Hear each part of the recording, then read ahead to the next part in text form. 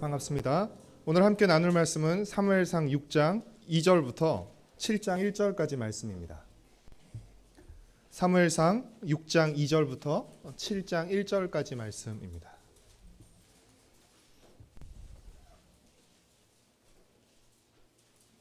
저 여러분이 한 절씩 교독하고 마지막 절은 함께 읽도록 하겠습니다. 블레셋 사람들이 제사장들과 복술자들을 불러서 이르되 우리가 여호와의 궤를 어떻게 할까? 그것을 어떻게 그 있던 곳으로 보낼 것인지 우리에게 가르치라.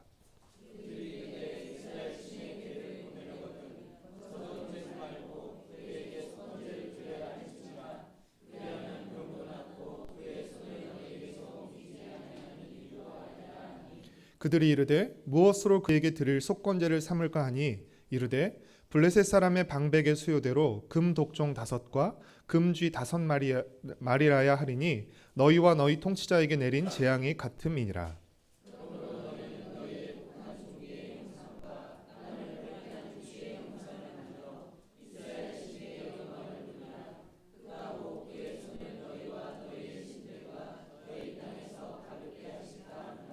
애굽인과 바로가 그들의 마음을 완악하게 한 것 같이 어찌하여 너희가 너희의 마음을 완악하게 하겠느냐.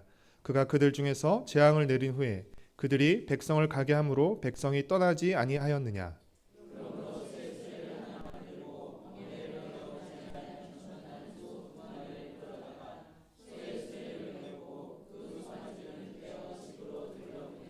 여호와의 궤를 가져다가 수레에 싣고 속건제로 드릴 금으로 만든 물건들은 상자에 담아 궤 곁에 두고 그것을 보내어 가게 하고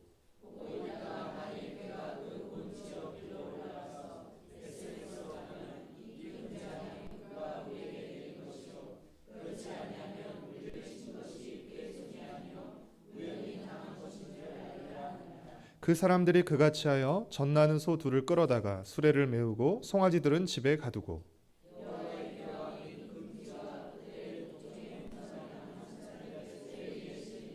암소가 벳세메스 길로 바로 행하여 대로로 가며 갈 때에 울고 좌우로 치우치지 아니하였고 블레셋 방백들은 벳세메스 경계선까지 따라가니라.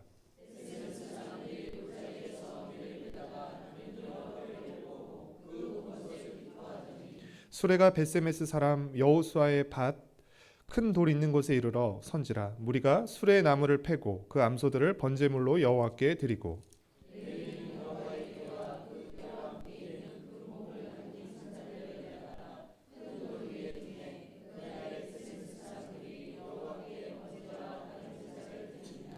블레셋 다섯 방백이 이것을 보고 그날에 에그론으로 돌아갔더라.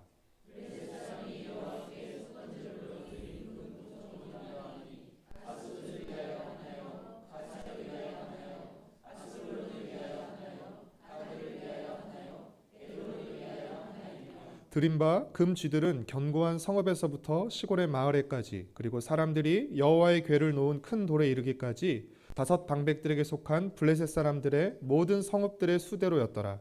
그 돌은 벳세메스 사람 여호수아의 밭에 오늘까지 있더라.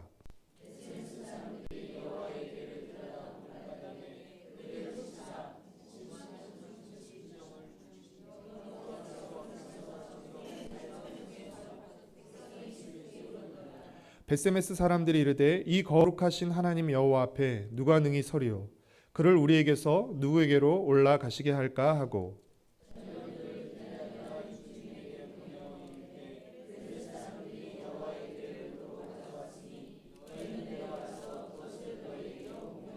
(7장 1절) 함께 읽겠습니다. 기랏 여아림 사람들이 와서 여호와의 궤를 옮겨 산에 사는 아비나답의 집에 들여놓고 그의 아들 엘리야사를 거룩하게 구별하여 여호와의 궤를 지키게 하였더니. 아멘. 사무엘상 4장 1절부터 오늘 우리가 읽은 7장 1절까지의 내용은 이야기의 초점이 언약궤 행방에 맞춰져 있다고 해서 언약궤 이야기 또는 법궤 이야기라고 불립니다. 그런데 이 수천 년 전 이스라엘에서 일어났던 이 법궤 이야기를 수천 년 후 오늘 우리가 읽고 들어야 하는 이유는 도대체 무엇일까요? 이 이야기가 하나님과 우리에 대해서 말해주고 있기 때문입니다. 하나님은 신실하시고 한결같은 분이시기에 어제나 오늘이 한결같고 변함이 없으십니다. 또한 구약의 이스라엘 백성은 하나님의 백성으로 선택받은 사람들로서 모든 하나님의 백성을 대표합니다. 따라서 우리는 구약의 하나님 백성인 이스라엘과 관계를 맺고 그들을 대하시는 신실한 하나님의 모습을 통해서 오늘 우리와 관계를 맺고 우리를 대하시는 하나님의 모습을 발견할 수 있는 것입니다.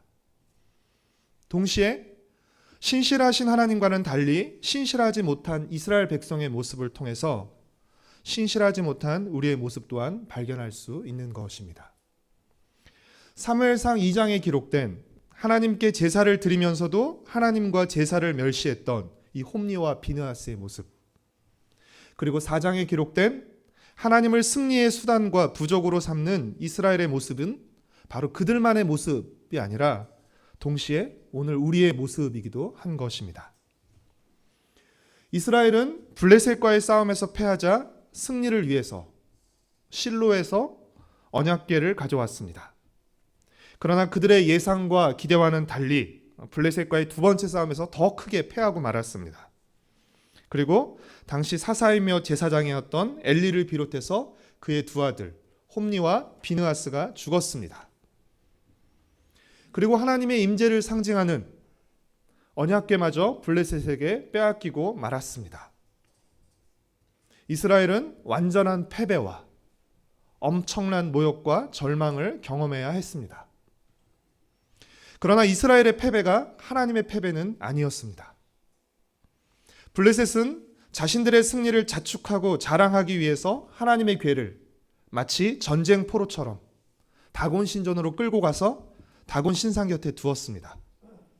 하지만 하나님은 그곳에서 다곤 신상을 거꾸로 틀으시고 다곤의 머리와 두 손목을 끊으셨습니다. 그리고 독한 종기 재앙으로 블레셋 사람들을 치셨습니다. 블레셋 사람들은 아스돗에서 가드로 그리고 에그론으로 계속해서 언약궤를 옮겼지만 가는 곳마다 독한 종기 재앙이 계속되었고 결국 그들은 언약궤를 다시 이스라엘로 돌려보내기로 결정합니다. 하나님에 대한 승리의 표시로 기뻐하며 언약궤를 끌고 왔지만 이제 패배와 항복의 표시로 다시 언약궤를 이스라엘로 돌려보내려 하는 것입니다. 처음에 언약궤를 블레셋으로 끌고 올 때는 아무 생각이 없었습니다. 하나님 무서운 줄 모르고 신나서 끌고 왔습니다. 하지만 7개월 동안 하나님이 얼마나 무서운지를 경험하고 나자 이제 이들은 이 언약궤를 어떻게 이스라엘로 돌려보내야 될지에 대해서 고민하기 시작합니다. 그래서 그들은 블레셋의 제사장들과 점술가들을 불러서 방법을 묻습니다. 6장 2절 말씀을 함께 읽겠습니다. 블레셋 사람들이 제사장들과 복술자들을 불러서 이르되 우리가 여호와의 궤를 어떻게 할까? 그것을 어떻게 그 있던 곳으로 보낼 것인지 우리에게 가르치라. 제사장들과 점술가들은 3절에서 언약궤를 그냥 빈손으로 보내면 안 된다라고 말합니다. 죄에 대한 보상을 의미하는 속건 제물을 함께 언약궤와 함께 보내야 한다고 조언합니다. 그래서 그들은 언약궤와 함께 무엇을 보내죠? 5절 말씀을 같이 읽겠습니다. 그러므로 너희는 너희의 독한 종기의 형상과 땅을 해롭게 하는 쥐의 형상을 만들어 이스라엘 신께 영광을 돌리라. 그가 혹 그의 손을 너희와 너희의 신들과 너희 땅에서 가볍게 하실까 하노라. 언약궤를 보내면서 동시에 금 독종과 금쥐 형상을 만들어서 함께 보내도록 합니다. 왜 그런 것이죠? 아마도 금 독종과 금쥐를 언약궤와 함께 블레셋 땅 바깥으로 내보내면 자신들을 괴롭혔던 그 독종을 퍼뜨리는 쥐도 함께 몰아낼 수 있을 거라고 생각했기 때문이었던 것 같습니다. 그들은 언약궤가 두려웠기 때문에 감히 언약궤를 매지 못하고 한 번도 멍에를 매지 않은 그리고 갓 새끼를 낳은 어미소 2마리를 이용해서 언약궤와 속건제물을 실어 보내기로 합니다. 그러나 한 번도 짐을 날라본 경험이 없는 두 암소가 어떤 인도자도 없이 한 번도 가보지 않은 땅으로 간다는 것은 사실상 불가능합니다. 그렇죠? 한 번도 가보지 않은 곳으로, 한 번도 짐을 지지 않은 그 암소 두 마리가 이스라엘로, 인도자도 없이 정확히 이스라엘로 간다는 것은 사실상 상식적으로 불가능한 일입니다. 블레셋 사람들은 이 일을 통해서 뭘 확인하고 싶었던 것이에요? 정말 우리가 당한 재앙이 하나님 때문에 받은 재앙인지 아니면 우연히 일어난 재앙인지를 마지막으로 이제 최종적으로 확인하고 싶었던 것입니다. 결과는 어떻게 되었죠? 여러분 조금 전에 읽으셨죠? 상식적으로 불가능한 일이 일어났습니다. 한 번도 짐을 날라본 경험이 없는 두 암소가 아무런 인도자도 없이 언약궤를 실은 수레를 싣고 한 번도 가보지 않은 이스라엘 땅 벳세메스로 갔습니다. 벳세메스 사람들은 다시 돌아온 언약궤를 보고 기뻐했습니다. 그러나 그 언약궤를 소홀히 다루고 구경거리 취급을 하다가 많은 사람이 죽게 됩니다. 19절 말씀을 같이 읽겠습니다. 벳세메스 사람들이 여호와의 궤를 들여다본 까닭에 그들을 치사 5만 70명을 죽이신지라. 여호와께서 백성을 쳐서 크게 살육하였으므로 백성이 슬피 울었더라. 단순히 언약궤를 들여다봤기 때문에 죽은 것이라기보다는 이 거룩한 언약궤를 함부로 대한 것 때문에, 그리고 구경거리로 삼았기 때문에 죽은 것으로 보입니다. 학자들은 이 5만 70명이라는 숫자가 당시 벳세메스 인구에 비해서 너무 많다, 그래서 문자적 그대로 받아들이기에는 무리가 있다고 주장하는 의견들이 있고요. 그 근거 중에 하나는 어떤 사본들에 보면 이 5만을 빼고 70명이라고 표기하고 있는 사본들도 있다는 것입니다. 그래서 우리가 아까 읽다가 좀 당황했죠. 몇 명으로 읽어야 될지. 그래서 여러분 성경에 보면 5만 옆에 뭐가 있죠? 이제 괄호가 있는 것입니다.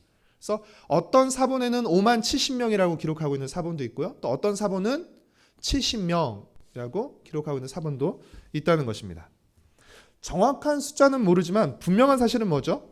언약궤를 함부로 대하다가 많은 벳세메스 사람들이 죽었다는 것입니다. 이는 무엇을 의미하죠?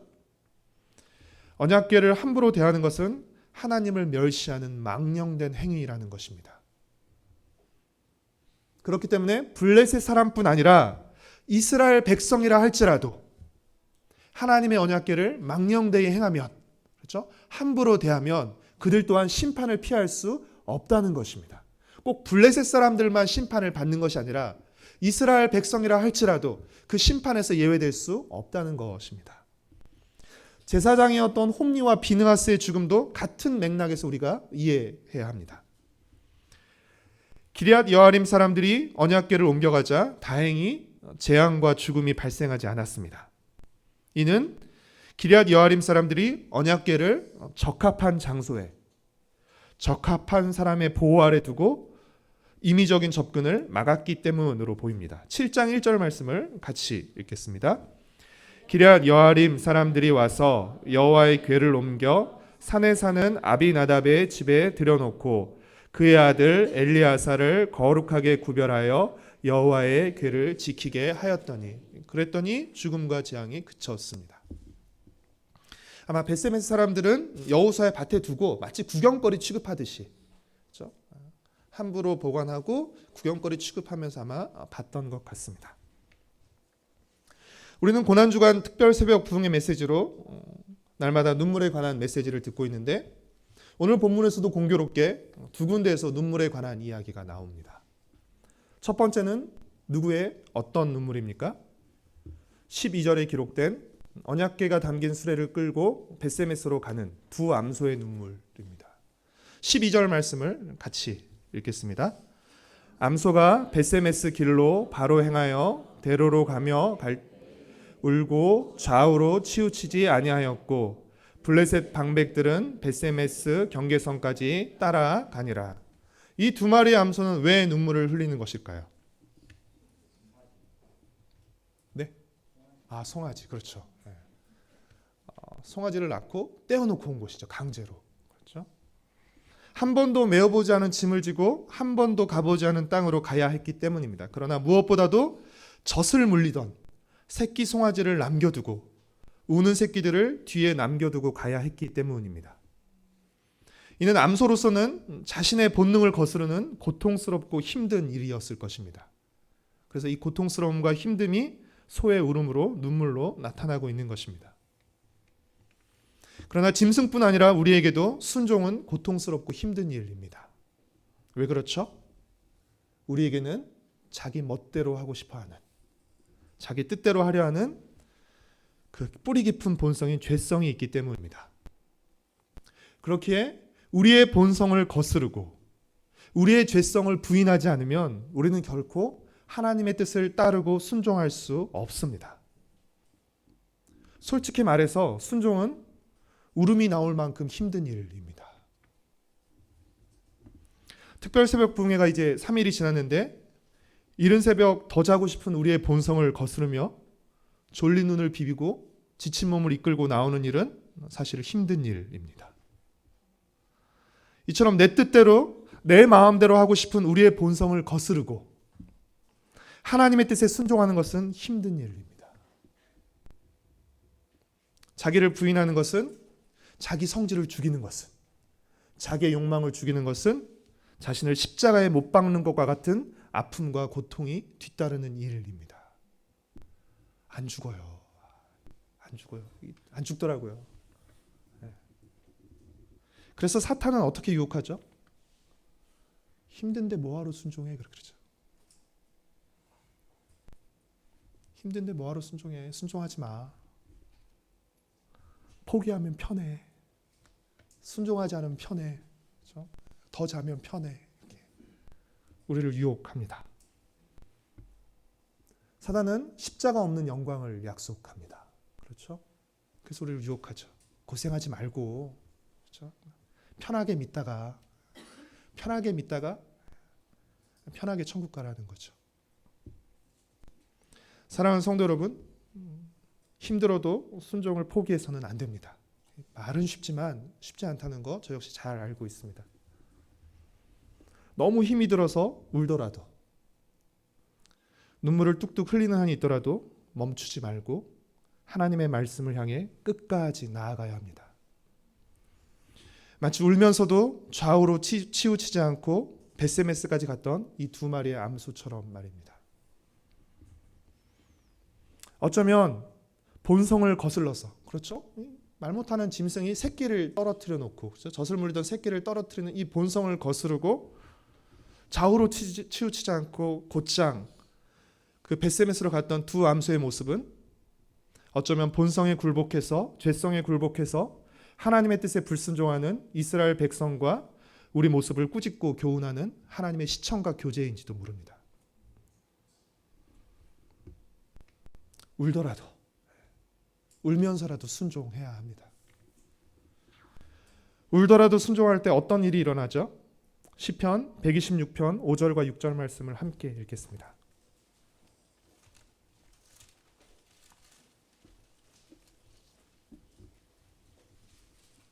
시편 126편 5절과 6절 말씀 함께 읽겠습니다. 눈물을 흘리며 씨를 뿌리는 자는 기쁨으로 거두리로다. 울며 씨를 뿌리러 나가는 자는 반드시 기쁨으로 그 곡식단을 거지고 돌아오리로다. 왜 사단이 우리를 유혹하고 중간에 포기하게 합니까? 우리가 기쁨으로 단을 거두는 것을 보기 싫어하기 때문입니다. 이것을 거두지 못하게 하려고 하는 것입니다. 오늘 본문에 기록된 두 번째 눈물은 누구의 어떤 눈물이죠? 다시 사무엘상 6장으로 돌아와서 19절 말씀을 같이 읽겠습니다. 6장 19절 말씀 함께 읽겠습니다. 벳세메스 사람들이 여호와의 궤를 들여다본 까닭에 그들을 치사 5만 70명을 죽이신지라. 여호와께서 백성을 쳐서 크게 살육하셨으므로 백성이 슬피 울었더라. 언약궤를 함부로 대하다가 하나님의 징계로 많은 벳세메스 사람들이 죽임을 당하자 그들의 가족과 친척들, 그리고 그들의 이웃이었던 사람들이 슬피 울며 슬퍼하며 흘린 비탄의 눈물이었습니다. 이들은 슬피 울면서 굉장히 중요한 또 심오한 신학적인 질문을 던지는데 그 질문의 내용이 무엇입니까? 20절 말씀을 함께 읽겠습니다. 벳세메스 사람들이 이르되 이 거룩하신 하나님 여호와 앞에 누가 능히 서리오? 그를 우리에게서 누구에게로 올라가시게 할까 하고 이 거룩하신 하나님 여호와 앞에 누가 능히 서리오. 이 질문에 당당히 손들고 저요라고 대답할 수 있는 사람은 이 세상에 단 한 사람도 없습니다. 벳세메스 사람들이 하나님께 죽임을 당한 이유가 무엇 때문이었죠? 거룩하지 못한 그들이 거룩하신 하나님 앞에 섰기 때문입니다. 거룩하신 하나님 앞에 그들의 거룩하지 못함이 곧바로 드러났기 때문입니다. 이는 마치 뜨거운 용광로 앞에 어느 누구도 그냥 온전히 서 있을 수 없는 것과 같은 것입니다. 어느 누가 거룩하신 하나님 앞에 온전히 설 수 있겠습니까? 이는 벳세메스 사람들뿐 아니라 우리도 마찬가지입니다. 그러나 오늘 우리가 이렇게 거룩하신 하나님 앞에 나와 예배 드리면서도 무사할 수 있는 이유는 무엇 때문이죠? 거룩하신 하나님의 아들 예수님이 하나님과 우리 사이에 서셨기 때문입니다. 죄인인 우리가 하나님 앞에 섰다면 우리는 그 하나님 앞에 설 수 없습니다. 살아있을 수 없습니다. 하지만 거룩하신 하나님의 아들 예수님이 하나님과 우리 사이에 서신 것입니다. 예수님이 하나님과 우리 사이에 십자가를 세우시고 그 십자가에서 우리의 죄값을 대신 치르셨기 때문입니다. 마치 유월절 어린 양의 피로 10번째 죽음의 재앙에서 이스라엘 백성이 구원받았던 것처럼 십자가에서 흘리신 그 예수님의 피로 우리는 죄와 사망에서 구원받게 된 것입니다. 그래서 예수님을 통해 우리의 죄로 인해서 비통한 눈물을 흘리다 죽을 수밖에 없었던 운명이었던 우리가 이제 하나님 앞에 서서 감사와 기쁨의 눈물을 흘릴 수 있게 된 것입니다. 특별 새벽 부흥의 말씀을 듣다가 번뜩 성경의 모든 이야기들이 결국 십자가에서 만난다는 생각이 들었습니다. 우리가 살펴본 사무엘상 4장과 4장부터 6장에 기록된 이 언약궤 이야기도 십자가의 이야기와 많이 닮았다는 느낌을 받았습니다. 사무엘상 4장에 기록된 이스라엘의 패배, 그리고 그로 인해 언약궤를 빼앗기는 수모와 모욕은 어쩌면 십자가에서 예수님이 받으신 모욕과 죽음을 떠올리게 하는 것인지 모릅니다. 하나님이 약해서 이스라엘이 패배한 것이 아니었죠. 하나님이 약해서 언약궤를 빼앗긴 것이 결코 아니었습니다. 마찬가지로 예수님이 약해서 붙잡히시고 예수님이 약해서 십자가에서 달리신 것이 아니었습니다. 반대로 사무엘상 5장에 기록된 이 언약궤의 승리는 죽음에서 승리하시고 부활하신 예수님을 떠올리게 합니다. 그 예수님의 죽음과 부활을 통해서 감히 하나님 앞에 설 수 없었던 우리가, 하나님의 진노의 대상이었던 우리가 하나님의 사랑의 대상이 되어 이렇게 하나님 앞에 설 수 있게 된 것입니다. 사랑하는 성도 여러분, 우리는 울 것인지 울지 않을 것인지를 선택하는 것이 아니라 언제 울 것인지, 그리고 어떤 눈물을 흘릴 것인지를 선택하는 것입니다. 우리가 우리의 본성을 따라 하나님의 뜻에 불순종하면 결국엔 고통과 후회의 눈물을 흘리게 될 것입니다. 복음서에 슬피 울며 이를 갈 것이라고 말하고 있는 것이죠. 그러나 우리가 우리의 본성을 거스르는 그 아픔을 감수하면서 하나님의 뜻에 순종할 때 비록 지금 당장은 순종으로 인한 고통의 눈물을 흘리지만 이 눈물은 기쁨의 눈물로 바뀌게 될 것입니다. 마치 운동선수들이 올림픽이나 중요한 경기를 앞두고 울면서 훈련을 합니다. 그렇죠? 웃으면서 훈련하는 선수들은 있기야 있겠죠. 하지만 울면서 훈련했던 그 선수들이 우승하고 금메달을 따고 시상대 앞에 섰을 때 또 역시 울게 됩니다. 하지만 그 눈물은 다른 눈물이 되는 것이죠. 그래서 예수님은 누가복음 6장 21절에서 지금 우는 자는 복이 있나니 너희가 웃을 것이니요 라고 말씀하셨는지 모릅니다. 우리의 행복은 지금 웃고 우는데 달린 것이 사실 아닙니다. 그렇죠? 마지막에 웃을 것인지 마지막에 울 것인지에 달린 것이라고 할 수 있습니다. 예수님은 우리를 구원하시려는 하나님의 뜻에 순종하시려고 십자가에 이르시기까지 좌우로 치우치지 않으시고 순종함으로 묵묵히 그 길을 걸으셨습니다. 그 주님 때문에 우리는 죄와 사망에서 구원을 받고 거룩하신 하나님 앞에 설 수 있게 되었습니다. 그 주님의 순종, 그 주님의 사랑, 그 주님의 거룩함, 그 주님의 은혜를 더 깊이 되새기고 감사하면서 주님 앞에서 주님 때문에 주님을 위해 그리고 주님과 함께 우는 남은 고난 주간이 되기를 바랍니다. 그리고 주님의 뜻을 따르기 위해서 우리의 본성을 거스르는 더 많은 순종의 눈물이 우리 눈에서 흐르기를 소망합니다. 울더라도 힘들더라도 포기하지 않고 끝까지 순종함으로써 더 큰 기쁨과 감격을 누리는 저와 이 자리에 모인 모든 성도들 그리고 우리 가정과 새도록교회 공동체가 되기를 간절히 소망하고 축복합니다.